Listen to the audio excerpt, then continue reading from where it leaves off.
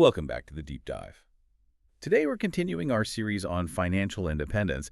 And, if you've been following along, this isn't about the clipping coupons version of finance. Not at all. We're really looking at the structural mechanics of moving from, say, a salaried existence to genuine asset ownership. Exactly. And to be specific, we are focusing on the golden path strategy. This is really about that transition from the vulnerability of relying on a paycheck, where you're basically just renting your lifestyle, to the stability of owning the system that funds your life. And before we jump into the tactics, we have to give credit where it's due. Absolutely. We are analyzing the 3 stages, 13 steps to financial independence, developed by Tamir Kaham.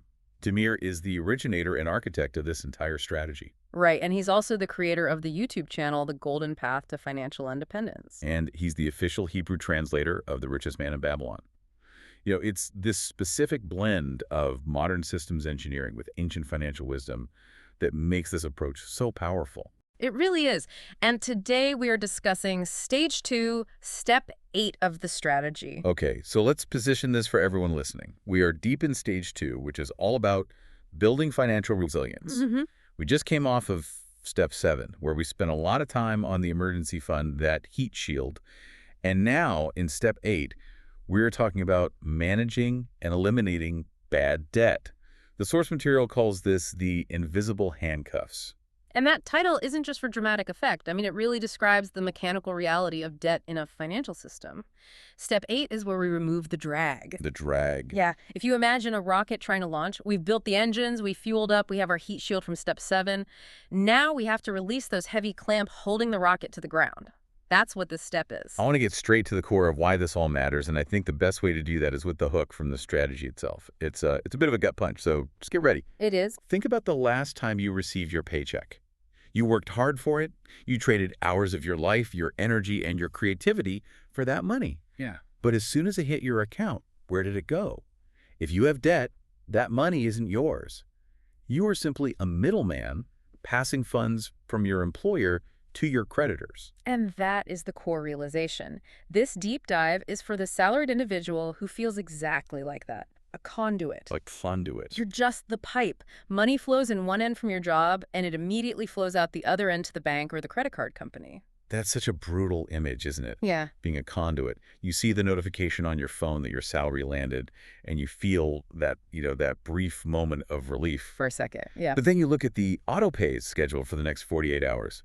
The car note, credit card minimums, student loans, and just like that, the money evaporates. It creates this sense of helplessness. That helplessness is the enemy. I mean, we are trying to facilitate a shift in identity here. We are moving from an employee, someone working for their creditors and their past decisions, TO, an asset owner, someone who's working for their future self. Right. When you are a conduit, you aren't building anything. You're just maintaining the flow for someone else's benefit. And that feeling is what creates those invisible handcuffs. I think a lot of people feel this, but they just don't have the words for it. It's the reason you stay in a job you hate. Precisely.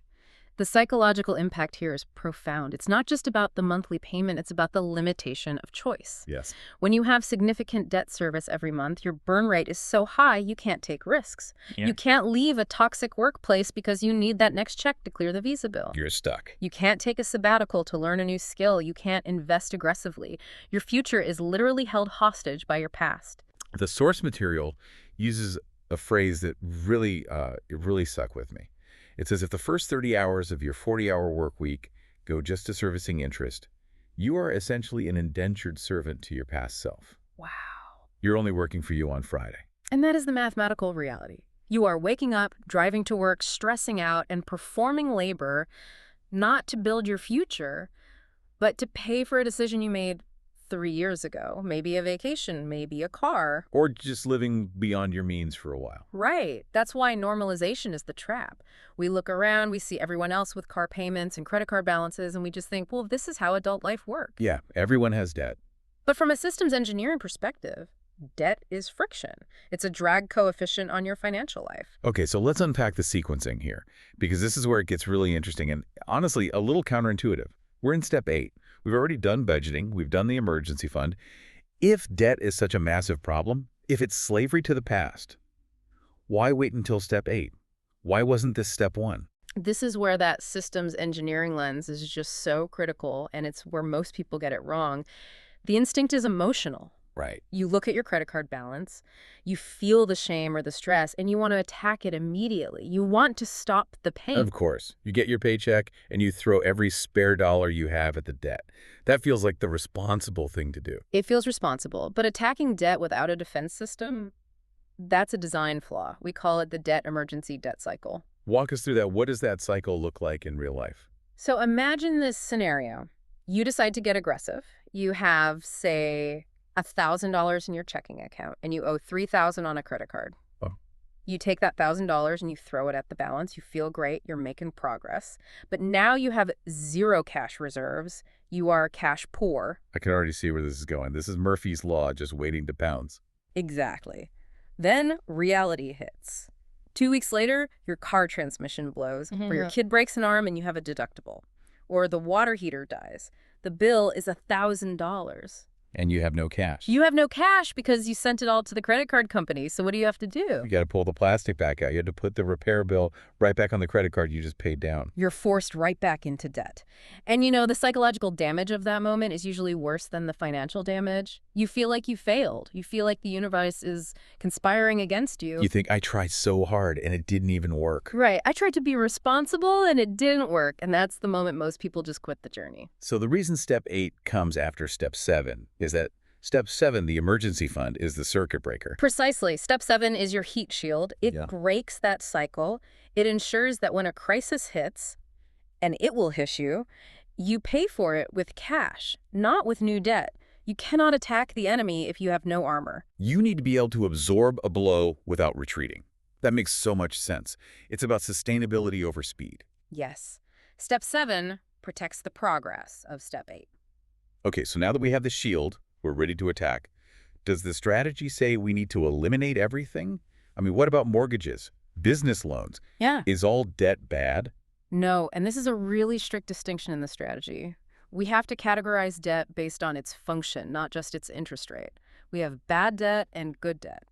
Okay, break that down for us. What qualifies as bad debt in this system? So bad debt is for consumption. It's money you borrowed to buy things that lose value or just disappear. Clothes, gadgets, vacations, furniture, and here's the one that gets people. Cars. Oh, the car note? That is a sacred cow for so many people. I need a safe car to get to work. You need transportation, yes, but financing a depreciating asset is mathematically bad debt. It just sits on your balance sheet and eats your future income while the asset itself becomes worth less every single day. Building on sand, as the source calls it. That's it. This debt is parasitic. And good debt. How do we define that? Good debt is a strategic tool. It must be income producing. Think of a mortgage on a rental property where the tenant's rent covers the payment, the insurance, the repairs, and still puts profit in your pocket. Or a business loan for a new piece of equipment that generates revenue. Exactly. The litmus test is cash flow. It's simple. Does this debt put money in my pocket or take money out? If it takes money out, it's bad debt. And in step 8, it must be eliminated. We're stopping the leaks in the boat. Got it. So we are focusing on the bad debt here, the consumption debt. We've got our emergency fund in place. We are ready to launch the attack. Now, the strategy outlines 2 main methods, and it sounds like a battle between math and psychology. It is. It's the classic debate. The snowball versus the avalanche. Let's start with the snowball. I feel like this is the one you hear about most often. How does it work? The snowball method is pure psychology. You list all your debts from the smallest balance to the largest, and you completely ignore the interest rates. You ignore them. Completely. Wow. Doesn't matter if the small one is 0% and the big one is 25%. You ignore the math. That just sounds insane to an engineer. It does. But you pay the minimums on everything, and you throw every single extra dollar at that smallest debt. So you're killing the little ankle biters first. Yes. Because the goal is behavioral reinforcement. You kill that small debt quickly, you see it gone from your list, you get a win. That little dopamine hit. Exactly. That dopamine hit builds momentum, the snowball effect, and you roll those payments into the next smallest one. This is best for people who need to see progress to stay motivated. And the avalanche. That sounds more like the engineer's choice. The avalanche is the mathematical optimum. You list your debts by interest rate, highest to lowest. You attack the one with the highest interest rate first, no matter the balance. Mathematically, this saves you the most money over time because you're destroying the most expensive debt first. So which one does the Golden Path recommend? I mean, if Tamir is a systems engineer, I'm guessing he leans towards the avalanche. Actually, the insight here is very pragmatic. The best method is simply the one you will actually stick to. Execution beats optimization. If you're analytical and the math motivates you, if you hate the idea of paying interest, do the avalanche. If you need those behavioral wins to keep going, do the snowball. The system doesn't demand one way, it demands you pick one and execute ruthlessly. I love that. It's about knowing yourself. Now, here is a trap I know a lot of people fall into, especially when they start learning about finance. They have this debt, but they also hear about the stock market or crypto. This idea of making their money work for them. They get FOMO. Oh, the FOMO is a huge problem here. They want to invest while they are in debt. And this is a critical error. It's what we call the guaranteed return fallacy, and it absolutely destroys wealth. Explain that. Why is investing a bad idea when you have this kind of debt? Well, let's just look at the math. If you have a credit card with an 18% interest rate and you pay that off, you have just secured for yourself a guaranteed, risk-free 18% return on your money. Because you're saving all the interest you would have paid otherwise. A penny saved is a penny earned. Exactly. Now compare that to the market. There is no stock market investment, no mutual fund, no real estate deal that can promise you a guaranteed 18% return with zero risk. Not a chance. So if you try to invest in the market while holding 18% debt, you are basically borrowing at 18% to maybe earn 8 or 10%. You're running a deficit. You're losing money by trying to be clever. You are mathematically losing wealth every single day. Paying off high-interest debt is the best investment at this stage. It is the highest yield, lowest risk place for your capital. The asset owner mindset understands that. Right. The employee mindset chases the potential upside while ignoring the guaranteed leak in their boat. The asset owner plugs the leak first. That brings us right back to that identity shift. Yeah. Step 8 really seems to be about confrontation. You have to look at your past decisions and just clean them up. It is about moving from looking rich to being rich. The employee mindset is obsessed with appearance. The car, the clothes, the status symbols. They ask, can I afford the monthly payment? If the bank says yes, they buy it. But the asset owner asks a totally different question. The asset owner asks, does this build my freedom?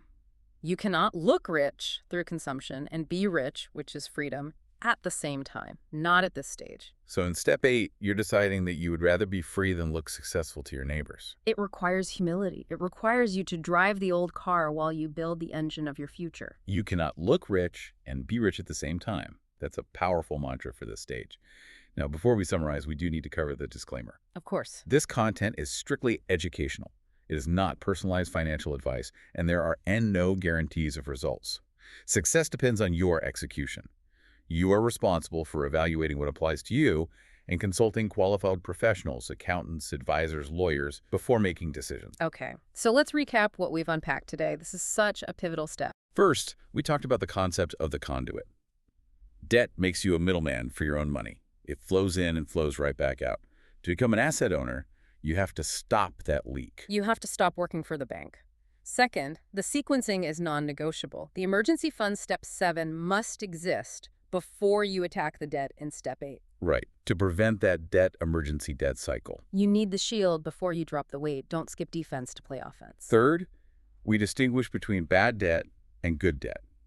Bad debt is for consumption, it's a parasite. Good debt is strategic and income producing. And step 8 is about ruthlessly eliminating the bad debt. And finally, the math of the guaranteed return. Paying off high-interest debt is the best investment you can make. Don't let FOMO distract you into the market until you have stopped the bleeding. And if you want to see the visuals for all this, including the breakdown of the snowball versus avalanche methods, because seeing the charts really helps visualize the momentum, you should check out the main channel. Yes, search for the YouTube channel, The Golden Path to Financial Independence. The handle is @TamirGoldPath. You know, we talk about debt as money, but I want to leave you with a different thought. Think of debt as time. If you have 5 years of payments left on a car loan, that is 5 years where your future self is enslaved to your past self. That's 5 years of work you're doing for a decision you already made. You're not working for your future, you're paying for your past. Step 8 is about buying back your freedom. It's about reclaiming those years so your future effort belongs to you. That really puts in perspective. We aren't just paying bills, we are buying back our time. Now that we've removed the drag and cut the weight, we're ready to build the engine. In the next deep dive, we put the system on autopilot with Step 9, Financial Automation. 2025 Tamir Kaham. All rights reserved. The Golden Path and the Golden Path to Fire are trademarks of Tamir Kaham.